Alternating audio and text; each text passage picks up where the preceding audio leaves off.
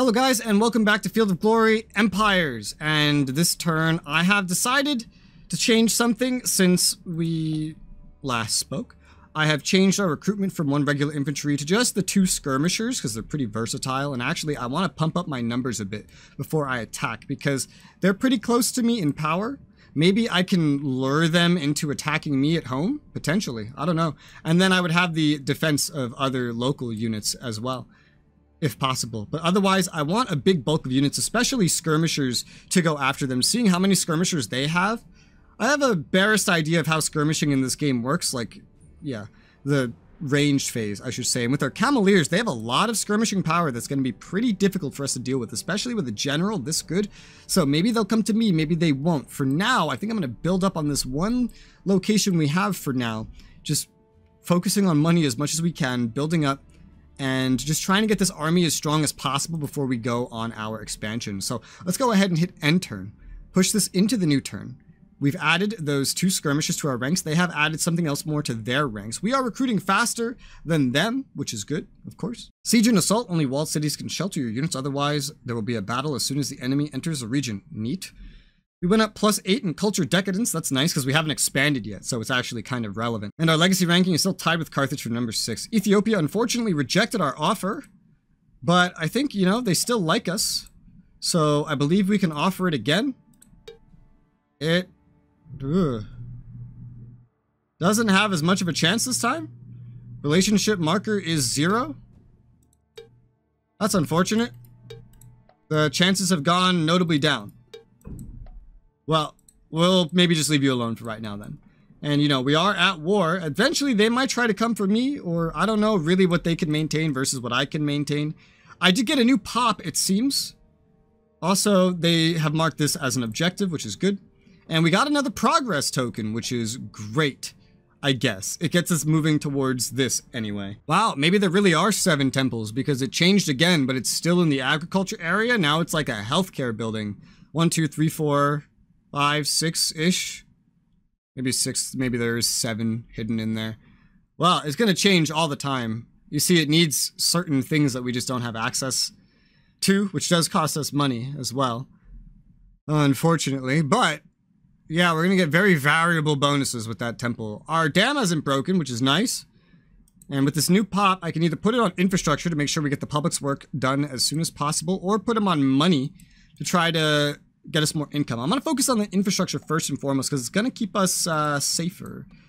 Now, unit is too costly for the unit's remaining resources.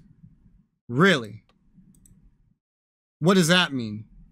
Is that because of my income of money? No, I think there's actually a unit cap somewhere from what I can tell. However, I'm not sure where that unit cap is. Oh, it might be the manpower. I might just be short on manpower is what it is. Manpower generation. Yeah, I might have recruited so much so fast that, yeah, we have like no manpower. That's where mercenaries can come in handy, I suppose. Well, if this is all we can get, then I feel like this is probably a pretty good idea to come fight the Quantaba army. I will put this citizen then on the infrastructure, get the public's works done as soon as possible, and we'll probably just go for that attack. The sooner we attack, the better. We do need to expand. And manpower can come from other stuff. It does need to be upkept to the units we have, so eventually maybe shedding those warriors. I think this does answer the question of like, what's going to be easier to maintain in the long run. Alright, let's go to turn 4 then, year 4, and go on the offensive. Now, they got up to 12 units now, combat power 42, but it's only a frontage of 8, so who knows what kind of a difference that will make. Let's view the battle. God, it's like entirely skirmishers almost. They do have 2 warriors and 2 cavaliers. It's mostly skirmishers. So initially there's a ranged phase, and since they have more skirmishers, it's going to hit us heavier than it's going to hit them, really. And this is how the battles work. So I hit play after the skirmishing, right? And now we go to this kind of duel here. Their warriors versus my heavy infantry. Right out of the gate, we have better odds. They did hurt our armor. They dealt some damage to us in that skirmishing phase with that unit and tired us out a little bit, which is going to hurt our roll. However, the duel goes. We rolled pretty much equal dice, kind of trading damage between the two. And it goes back and forth like this, with our warriors wiping out an enemy cavalier and now our regular infantry versus their skirmishers, but we didn't roll too well. We lost some armor and some health. However, since we have some cavalry at the edge, we can go ahead and attack, dealing damage and wiping out those skirmishers nonetheless. And I can put this on continuous play to make it kind of just keep going, in case I didn't want to really look at every individual roll. There goes some of our warriors, unfortunately, and our camels are not happy about that, but they're skirmishers, so they did get away. We killed another enemy, and we dealt enough damage that we got to do a pursuit. This pursuit allowed us to chase them, dealing a little bit of damage, and it declared us the winners of the battle, having killed 3 of their units and only lost 1 of our warriors. That's fine. Warriors need to be replaced eventually anyway. Now, I believe this moved their remaining units into the town, I'm pretty sure. There's a special order to assault. Now, I could have also exported that battle to, what's it called? Field of Glory 2? I could have done that, but I don't want to, because I like macro management, not micromanagement, and then fighting those battles would take probably forever. I like the automated stuff. I like being, you know, like looking from above. Several sign sales in the next month will be particularly harsh for men and crops. Oh, that's not good. But we do have a lot of this stuff anyway. And a new objective has been placed. He's just going to keep placing objective. The public works was finished. So we are now out here. The battle's been fought. I could rewatch it if I want. Losing only 1 warrior was not too bad, not too shabby if you ask me. We did take some damage otherwise. I think we need to get rid of all those warriors in the long run anyway, but I'll use them for as long as we have them. Now, there are these guys stuck in here. There's an unbreached wall. It's looking at siege rating. So we do have still 3 infantry. I did lose a warrior, but we did make a regular infantry. So we have a +3 siege rating, plus a leadership bonus as well. Now, they have some siege resist from their skirmishers, but we did kill quite a couple of those, it seems. And then they have a structure to help resist sieges as well. So that's going to, over time, breach the wall. And when it does, then we could do an assault. Or I think you can also just kind of besiege them over time as well. Well, yeah, I mean, look at this. -6 on food, -2 on infrastructure. They have so many penalties because they're besieged that would kind of force them to come out eventually anyway. But for right now, you know, we're not going to do any assaults just yet. It's not really necessary. Hopefully we can heal over time while we're besieging, because we are a little bit injured. We do need to start making something new now that we have constructed what we have constructed.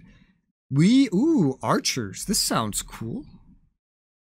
It applies to archer skirmishers. So there's archers in addition to skirmishers, probably like dedicated ranged units, not like multi-purpose like skirmishers. So that actually sounds really, really nice. There's a lot of things here that sound really, really nice. Now I notice that archers need wool, and a shepherd house makes wool, as well as food and other things.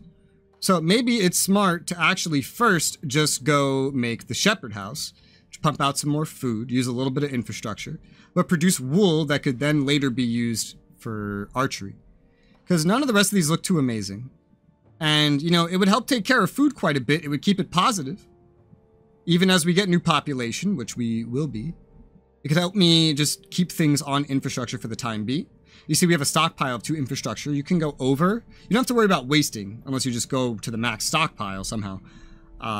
Because it will just go into whatever you decide to build next. I could also go for wood cutting. Wood cutting would help the current iteration of the temple, which would then save us money as well as accomplish other things. I do have to be careful with building slots though, because there's a limit and it's based on your population. And I think that there is a limit to population that can be in any one location. It's hard to min-max when you don't know what buildings exist, but I do like the idea of getting archers in the capital for sure. And that wool could come in handy for other things. You know, we could even sell it, for example. So I think I will build that shepherd house at the moment. That sounds potentially pretty useful. Ethiopia is not liking us as much as they used to like us. And as of right now, they're not as open to accepting this. I could still try. It's a 13% chance, but I could still try to get cooperation with them to keep them liking me. Of course, these guys are hating me more and more, but we're besieging them. Of course, we will make something happen. We do have some manpower to recruit somebody, but who we recruit is a little up in the air. You know, this is interesting, the manpower generation information here. It says if you go above your maximum, coming apart from your military expertise, 1/4 of the extra will be lost each turn. I'm not entirely sure what that means. I am technically above my regional manpower in terms of upkeep because my military is quite large. So I wonder if that means that I'm actually losing a fourth of my manpower every turn? I'm not really sure. I do want to make more units, but what I need is like regular infantry right now to extend our line. But for that, I need more manpower. If we're losing manpower, then that wouldn't be really good. These things do cost a lot of manpower. Hell, even skirmishers do. For right now, hopefully, maybe we have enough. That's going to be my hope anyway, as we sit on infrastructure and a little bit on money. I might move a little bit more to money just to keep us in the positive. We are positive on metal. Manpower is going to be the issue. We have no buildings to hire mercenaries, unfortunately. So we're just going to have to make work what will work. The population of our enemies is not growing while we besiege them, which is nice, which means it should be a pretty simple affair to go and hit end turn and go into turn number 5. This is a pretty lengthy war, as it seems. I was hoping it would be quicker, but I think I underestimated my enemy that technically outnumbers me. We have dropped to number 8. Still tied with Carthage for legacy ranking. Buildings. Most of the time you can't have more buildings in your region than your population number. That makes sense. We're still pretty high on culture decadence ranking. Right here. And let's see. We did not manage to inflict casualties on the defenders. That is sad. I didn't even know that was a thing. That's cool. We are definitely healing while out here, though. That is nice. I don't feel like I have lost any. In fact, I have gained 3 for sure, which is good. So we are still gaining manpower, and manpower comes from a lot of things. Namely, like your population, but there's also structures that'll do it. And we did successfully make the shepherd house.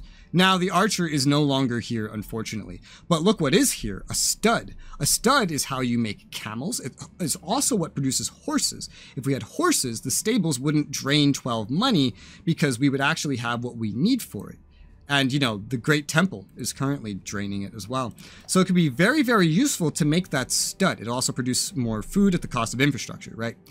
I would much very love to make other things as well. We could make tons of money by having trading tents, but I can solve money problems just by having a stud while also adding to food, which makes us less reliant on, you know, needing anything up here, maybe more infrastructure reliant. But this is a good way to solve multiple things that I have on my mind at the moment anyway. I'm still not really sure how I feel about having the stables, honestly. Because, I don't know, like, I know you could upgrade it to get more, and there's probably, like, heavy cavalry that put Cavalier to shame that you'd want eventually. That's what I assume. We are now having 3 progress tokens, and I still haven't done this event. It'll go away in 8 turns, so we're good, you know, we're fine. And a new objective has been set. That's a funny objective. Ethiopia looks like they've been expanding, yeah, up to the coast, whereas I'm still just trying over here. We're still just trying on our siege, our little newbie siege. Siege will last a long time. Oh, that's not good. Defensive overcrowding.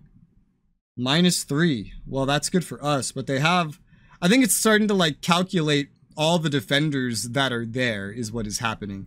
So siege will last a long time because we don't have a lot of actual offensive capabilities. Maybe they'll march out at some point, but regardless, they don't have a lot in the way of food.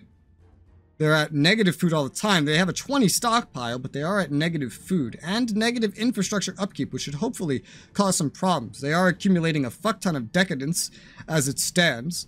So hopefully this ends up going well for us in the long run. Right now, there's not really a lot for me to change or do. I just need to keep money semi-positive. So right now we'll go to infrastructure to try to speed things up a little bit more as we proceed into the next turn. Unfortunately, Ethiopia rejected our offer again, but I'm just going to propose it again because it doesn't really seem to be hurting anything. They are at war with Nubia, who's also at war with... no, they're not at war. They just hate these guys, I guess. Yeah, but these two are at war. It'd be interesting to see who wins, I guess. In the meantime, we did breach the walls and inflicted a few casualties against the defender, which is pretty great, I guess. Yeah, oh god. There's 2 enemy armies here. Kind of like the main one and then the defensive one. So we could assault at any time that we want. We are pretty healed up, but ooh, it's rough, right? Because I can't actually recruit, I think, another regular infantry without going negative on manpower. The best I could do is recruit another skirmisher, right? Which is not exactly amazing for sieging. This is the only siege that we have to do in the region anytime soon.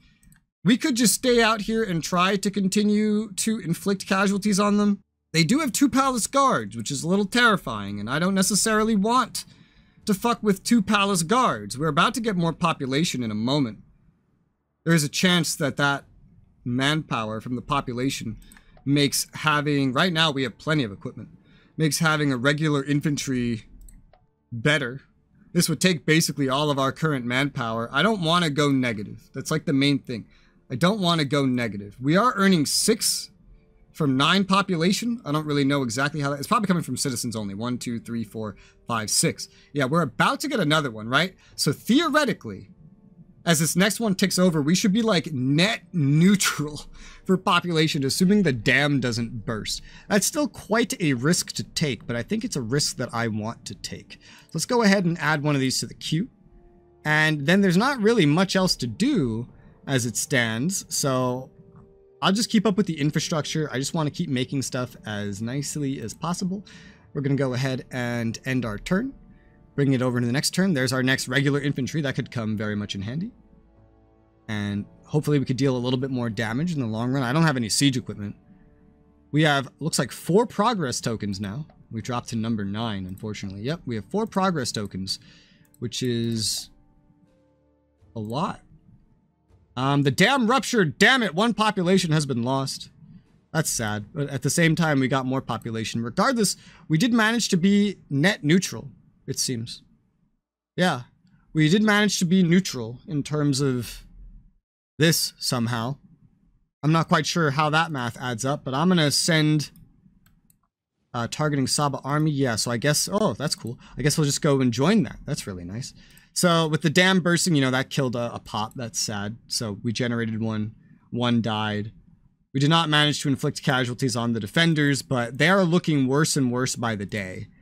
Their combat power is going down dramatically. This is really good. It's probably because they're starving. Their walls are breached. They're starving. Yeah, when this new unit arrives, I think we'll be ready to go on the offensive. It's going to take like a whole decade for me to take this one location. Everybody around me is expanding. Look at Arabia. Look how much they're expanding. However, this is giving me time to accumulate culture, which is nice. But damn, just damn. I might be falling behind by going for this war first. Hopefully Arabia doesn't surpass me too much. But we'll have to try to meet them and maybe even cut them off. Primarily going for our objectives, if I had to pick one. We do need to build something. We did build the stud, so now we can recruit more camels if I want to. There's a training ground to recruit heavy infantry. That's really useful. It does need flax, which we don't make. We don't make flax.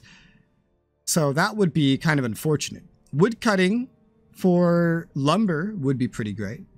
A blacksmith, a pleasure house creates money, and we apparently have perfumes, which would give loyalty, money, things like that. I'd rather get the infrastructure and the money from lumber, which can then be traded and used in other buildings. This would also take up our final available building slot. I think this is what I want. I don't know, like, what's going to be the purpose once we have enough of this stuff. Well, I know some buildings don't take slots, so that's nice, I guess. I can just continuously shuffle it too, or whatever. But let's go ahead for the wood cutting for right now. We do need to keep infrastructure production high just to counter the dam breaking, for example. Unless we could just make food so much that that counters it somehow. But yeah, I think that should be a good turn. Not much else we can really do. So let's go ahead and hit end turn. Oh, hey, they came out to me. Before my armies arrived, they actually marched out. 13 units for me, 9 units for them. That's not everything. Looks like their palace guard stayed in there, which is going to be pretty useful then. All right, come and fight me. Let's start the battle. They still have a ton more skirmishers than me, but the heavy infantry did all right. We are healed. They are not as well. Lots of stalemates, but hey, look, there's a kill. Oh, nice. They can hit in the rear when there's nobody up front to hit. Ooh, we lost another warrior. Well, that'll get me some manpower back. There you go. Killed some more. Pursuit. So we just won that battle. They just marched out. They did kill one of my warriors, unfortunately, which hurts my siege ability, but there is another regular infantry along the way. Costs more money, less manpower. Honestly, that's probably a good thing in the long run. Killed 4 of their units. Yeah, that's really good. That's really good. We should be able to besiege this, like assault it literally immediately now and finally take it over. It's taking a while to take it. This probably could have gone a lot better. But, you know, I'm a noob, so what do you want from me? So definitely I'm going to mark this for an assault right now, because all that's left is 2 Palace Guard. This place is going to be a little decadence creating. Ethiopia once again rejected our offer. Listen here, you son of a bitch. Listen here, you son of a bitch. You're going to accept my cooperation. You're going to like it. The chance keeps going down. With, you know, Nubia fighting them, Ethiopia's not expanding too much. Arabia, I don't think they really have anybody getting in their way. Yeah, no. And they don't really like me either, which is going to be unfortunate if, you know, they're expanding, which I think they've expanded at least once, if not twice, since the start. But I'm going to be getting, theoretically, more pops. A lot of these empty areas don't have a lot. Some of them have more. They're growing over time. I think they could turn into nations, actually. But we're marked for assault. We're going to assault. We're building. Everything is fine. Next few months will be harsh for men and crops.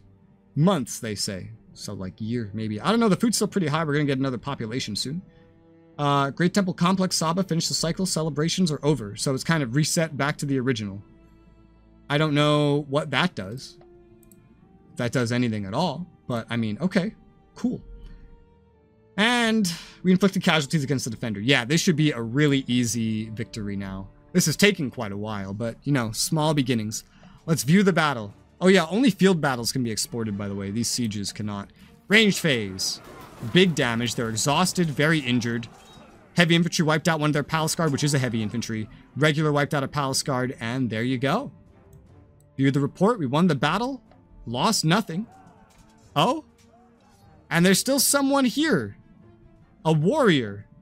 I don't know what. Maybe they just recruited this. Our skirmishers did so much damage, but I don't think they can kill. So, if they could, they would have. That was pretty quick and easy. Alright, cool. I think that means that our enemy has been conquered, vanquished. That's really nice. Now, our decadence is going to go up, which is going to hurt our culture decadence ranking, especially as things are brand new, like taken over. But that will help. Let's see. Saba's been reformed. We are now the glorious monarchy. We've gone up. We are now a glorious monarchy, which means we will get aging penalties. You see, structures, nation size, we've gone from like 2 to 9 decadence in an instant. We have the status age penalty, and our age is 10 because we just took an objective, so we lost quite a bit of age. So, +1 progress token, yeah, from taking over this target. So that's pretty nice. Now, we did get a 10th pop here, which is great. I like having more pops. We earn way more money now that we own all of this. I don't know that we did any enslaving. There's a lot of information here. Our battle's been fought. They invaded us. Yeah, quote unquote, right? We got the progress token. We got 137 money from looting their treasury. That's awesome. Yeah, they're not going to be getting that from expanding up here. Arabia is our next biggest threat, really, to concern ourselves with. We do still have to temper our expansion. This is now under pacification, so it is pretty penalized. It does have a palisade. That's nice. That, you know, it'll just kind of keep that, I suppose. As a wheel maker, which needs lumber, which we now make up here, which is great. We do have another building slot because a new population was created. We can make an orchard to make a fuck ton of food if we want, or we can go for that training ground, which doesn't use any slots at all. I can make a wheel maker to pump out more infrastructure as well. More infrastructure is nice. The more we have, the more I could, you know, peel off of that. For example, I'd love to make the rest of this. We do make lumber, so this is pretty self-sustaining, so I think I will go ahead and make the wheel maker. We don't need heavy infantry too soon. They are very useful out in battle. They are. We have way more manpower generation now. Down here, we need to get constructing as well. We can make a hemp field. We don't have everything we need for a hemp field, unfortunately. I could upgrade to city walls. Damn, that would be nice to have city walls on our main location, but we don't have that. We do have access to flax now from this location, which is nice, and they can be traded back and forth, for example. And a perfumery. And what is this? Oration Tribune. Provides culture and some other stuff. I think it says we have... No, this makes perfume. Oh, nice. This makes perfume. That's really good. It's like tier 3. That's a pretty nice resource to have. This has some building slots, but let's go for that public works. We don't need to worry about population randomly dying here, theoretically, but the food production is way less impressive as well. Now, the culture here is hardly positive, as we could see. With nobody assigned, it doesn't move at all. I'll leave one guy there. We have an abandoned palace. Lost grandeur. Abandoned building, not completely in disarray. Seen better days. Might have been the residence of a disgraced king. Yeah, that's because, you know, a king used to own this. This increases decadence, but increases legacy. Requires 500 population or more. What the fuck? For what? I don't know. But I guess conquering capitals comes with like a decadence problem. So maybe this was probably one of the worst targets I could have gone for at the beginning, but it's fine. It's done, right? And we got a bunch of money. We conquered it. And, oh, a new objective. Interesting. Well, we're going to have to go through more objectives as we go. As for military production, we do have more manpower generating. If you go above your maximum, what is my maximum? Maybe the maximum is actually like the maximum, like the cap, I guess? I'm not sure what that means. Like the maximum of like regional manpower. So if I go above regional manpower, perhaps, I don't really know what the maximum is. I guess, you know, we'll figure that out with time. I can make more cameleers, which is nice. I would like to have a 4th cameleer for this group, but what we really, really need is more regular infantry. And we have a ton of money production now. An absolute fuck ton of money production. So I could probably just go to like more infrastructure or food production to keep my population going. Or, you know, go for culture as well. Culture is important. This place is still uncultured. This location is uncultured. When they are cultured, it will help with legacy, for example. We only have the 1 building slot right now, so maybe going for more food is actually probably a pretty good idea. That could speed up the growth in the long run, at least a little bit, right? Otherwise, we'll get that public works building. We have food coming in. This will all start doing better in 4 turns when it's not penalized anymore. We do need to rest and recover as things stand, and the only thing we can recruit here are skirmishers. So with this loyalty, I don't think we have any problems with revolt. There is no revolt risk. So I'll just move back over here because we're going to want like the biggest army possible for right now, I suppose. A cameleer can be made pretty easily. I think we do have a full stockpile of equipment. We do, on top of just standard production as well. We're not going to have enough manpower to make a cameleer and a regular... we don't have enough for a regular infantry in general. Maybe I should just wait for that instead of making a cameleer. Well, it doesn't actually matter too much because skirmishers are kind of like multi-purpose. Skirmishers are multi-purpose, and the cameleers have a role to fill as well. And we don't have any more sieges to do unless we decide to go up here, and these guys don't even have walls. So actually, in that case, just give me another cameleer in place of like a cavalry. Maybe once we see stuff like heavy cavalry or something, we'll go for that. Just give me a cameleer for now. I think that'll be good. To have 4 cameleers so that they can serve kind of like a supporting as well as a flanking purpose. Plus, you know, the skirmishers and everything else should be enough for right now. Maybe not perfect, but enough. And then we need to just, you know, sit back and recover for a little bit and then try to get things under control now that we've done some expanding into a pretty useful territory. But we're going to need to do some more expanding since we started so small and our neighbors are growing. And one of them is not warring. They are not contested for what they have. Our ranking on culture decadence is absolutely plummeting now that I am a glorious monarchy and exposed to so much decadence. Yep, our legacy ranking is not amazing either. We have a lot of generals appearing. Ethiopia is still not accepting my damn offer. Why will you not accept my damn offer? And how much you like me is going down as well. Whoa, don't insult anybody. What the hell? I will propose it again. Damn it. Cooperate with me before you die. I think they're losing to Nubia, actually. I'm pretty sure they're losing to Nubia. It really does feel like these two are at war. I feel like Nubia shrank. Maybe they didn't. Maybe they started out like that. And I could just be, you know, fucking crazy. These new generals are nice, maybe. I felt the abandoned palace would be much more useful as a source of stones and use it as a quarry. Oh, they got rid of the palace. So we lost the decadence. And they use it as a source of infrastructure, so we got infrastructure. Oh, okay, well, honestly, you're right, I guess. You're totally correct on that. And so I can merge this into my bigger army. And now we're all healed up pretty much, maybe not fully. This guy could use a little bit of recovery. His hits aren't quite there. However, again, we do need to expand as quickly as possible. However, that is also a nice full episode, so maybe we just decide on this on the upcoming episode. For now, though, thank you guys very much for watching. I hope to see you on the next one.